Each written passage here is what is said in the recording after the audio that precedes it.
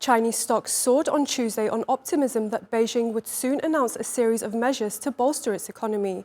Shares in Hong Kong climbed over 3%, led by real estate stocks after China vowed more support for its ailing property sector. Developer Longfor Group was the biggest gainer on the Hang Seng index, jumping almost 20%, while property management firm Country Graden Services surged more than 17%. It wasn't only property sectors, though.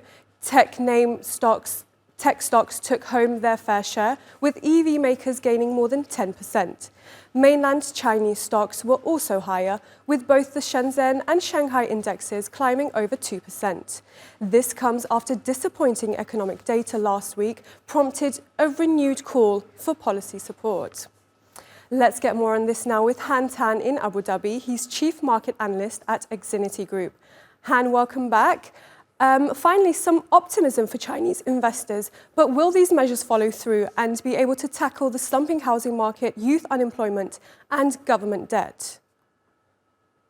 Right. The short answer is not enough, right? Because judging by what we know so far, it appears more to be a signal of intent, more so than the broad-based stimulus measures that are needed to arrest some of these both short-term and long-term issues that you had highlighted earlier. And these are structural, fundamental issues that could crimp China's upside growth for years, if not decades to come, especially around youth unemployment, right? So while there is some optimism, and I appreciate the qualifier there of some optimism as an initial reaction to the statement, but I think more meaningful steps needs to be done in order for Chinese markets to sustain a recovery. Right, we've also got a number of key rate decisions from the central bank later this week.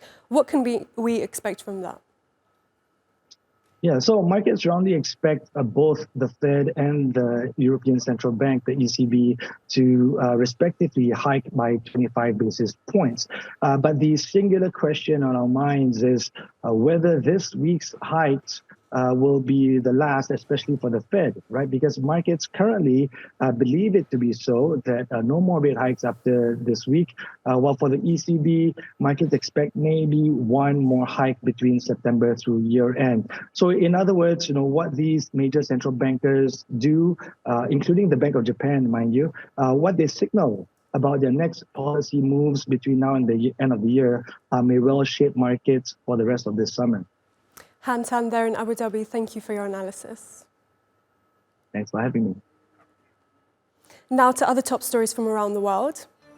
Apple is facing a $1 billion class action lawsuit in the UK over its App Store's fees. More than 1,500 app developers criticised the commission Apple charges makers for the use of an in-app payment system, saying they're excessive and unfair. Apple hasn't commented on the lawsuit. TikTok has expanded its new music streaming platform, testing its service in Australia, Mexico and Singapore. Last week, TikTok announced an expanded licensing agreement with Warner Music Group to increase its music library. Analysts say TikTok's streaming service may rival other music streaming giants like Spotify and Apple Music. Spotify recently increased its prices for its monthly subscription.